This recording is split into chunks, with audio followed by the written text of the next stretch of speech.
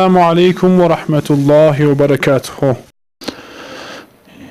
دو زنک، دو نفر صاحب فرزند و اونها کودکاشون میده بودن. یک صحرا میروند، یک جایی میروند که کودکاشون میمونن و مشغول کار میشوند و بعضی محدثین میگن که چوب جمع میکردن.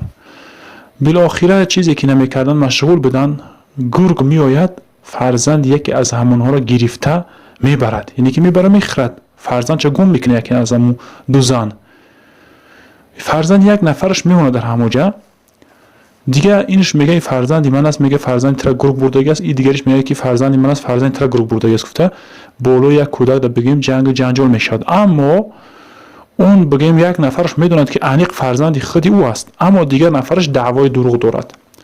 همین دو زن نزد حضرت سلیمان، نزد حضرت داود علیه السلام میان، میگه که همین خیلی کار شد، یکم حکم کو بین ما. این حدیث روایت کرده از حضرت ابو هریره رضی الله عنه روایت کرده است که به شک رسول خدا صلی الله علیه و سلم گفتند که كانت امرأتان معهما ابناهما، دو زنی بودن که با همراهی اونها چه فرزندشان بود. میگه جاء الذئب فذهب بابن احداهما، پس آمد، این که آمد گرگ پس برد با یکی از همون کودکای همونها را. فقالت لصاحبتها، پس گفت برای صاحبتش، برای بگیم امرهش، همون زنی که قتیش بود، بچه را گرگ برده است. انما ذهب بابنك، فرزند ترا گفت گرگ برده است. فقالت الاخرى انما ذهب بابنك، و دیگرش گفت که نگو فرزند تو برده است. گفت فتحاکمت الى داود علیه السلام، پس اینها هر داشتن پیش داود علیه السلام بودن که خیلی گام حکم کن که کاری ما همین خیلی شدگی است. فقضا به للکبرى، پس حکم که حضرت قاضی بگیم حضرت داود علیه السلام برای به هم کودک گفت که برای کلانیش است. گفت للکبرى، گفت برای کلانیش است. گفت یعنی خردسالش او کودک ایت نیست. گفت یعنی که حضرت داود علیه السلام گفت که ایت نیست از گفت سینی زنکی خردسال، اما زنکی کلانسال گفت که از تو هست. گفت فخرجتا علی سلیمان ابن داود علیه السلام، پس برآمدن به سوی سلیمان ابن داود. حضرت سلیمان بچه حضرت داود علیه السلام بودن، هرچند پیامبر بودن. فاخرجتاه، پس حضرت سلیمان در راه دید، شاید پرسیدشون، شاید که مثلا اونها چون پرسیدن. فاخرجتاه، پس همین مسئله را برو آوردن در پیش او، پیشکش کردن که خیلی کار شده است.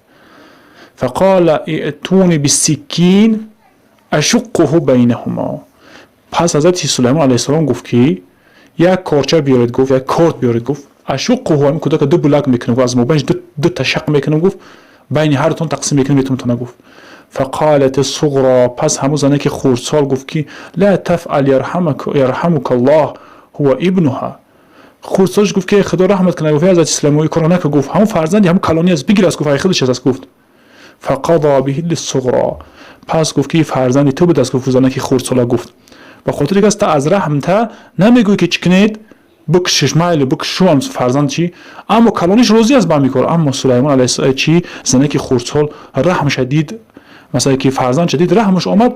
حضرت سلیمان گفت که انیق فرزندی همین خردسال است، نه اینکه فرزندی کلان سال، چون که از فرزندی خردسال با دو بلک کردن کودک راضی نشه، چون که از فرزندش هست.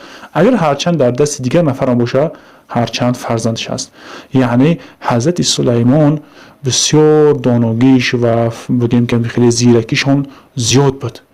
حضرت داود علیه السلام اجتهاد کردن، گفتن که خیلی کلانسال است، گفتن شاید دیگه فرزنددار نشه، همون برای کلانسالش داد. چیکار تا اینکه خردسالش خیلی بود در آینده فرزنددار میشود. گفته چیکار؟ بعد محدثین میگن که خیلی اجتهاد کرد و دیگه محدثین میگن نمیگن، چون که از هر دوشون دعوا کردن، هر ده همین زنک‌ها شاهد نداشتن، آخری نه این شاهد داره نه این شاهد داره.